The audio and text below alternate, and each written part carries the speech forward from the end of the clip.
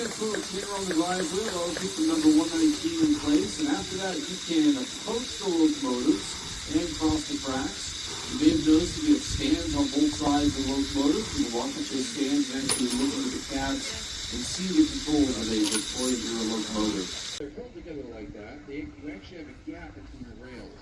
All the rails are actually welded over on the top, and it's not one nice smooth ribbon of steel. But because of our track, you get a clickety-clack sound on the rails as locomotives or cars pass you by. So listen to that as the 119 approaches. We'll also have some more whistles as it passes by our tree. Since we only have 3 in the park, you probably know which one I'm talking about.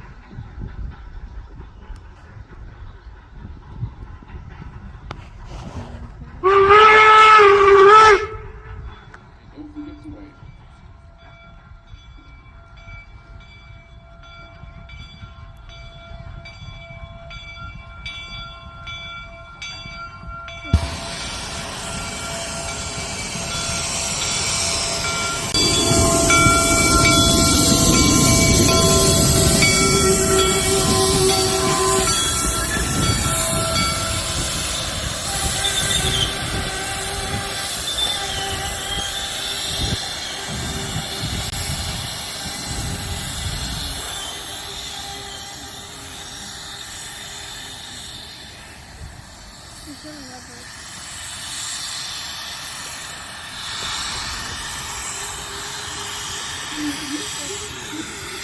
What?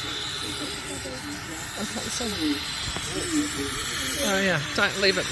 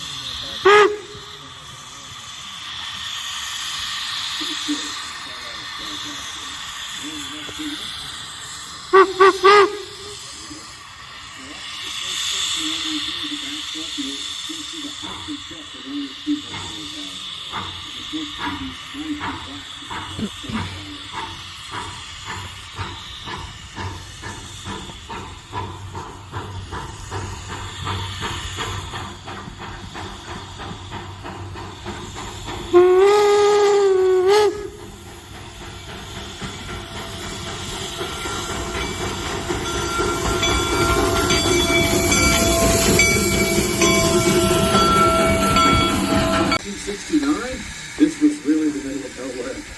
Well, it all goes back to the Pacific Railway Act of 1862, signed by President Abraham Lincoln. And in this act, there are a lot of very specific details about this railroad. It mentions that 2 companies are going to build it. You're going to have the Central Pacific building from Sacramento, California, which is just behind that mountain, plus 690 miles. And then you'll have the Union Pacific building from Omaha, Nebraska, which is 1,086 miles that way if you're walking. The 2 companies will build towards each other, and they're going to get paid by a mile of track. They're going to get $16,000 a mile for building on the plains, $48,000 a mile for building in the mountains. And if that's not enough, they're going to get 12,000 acres of land for every mile of track that they build. And they own the mineral and timber rights to that land.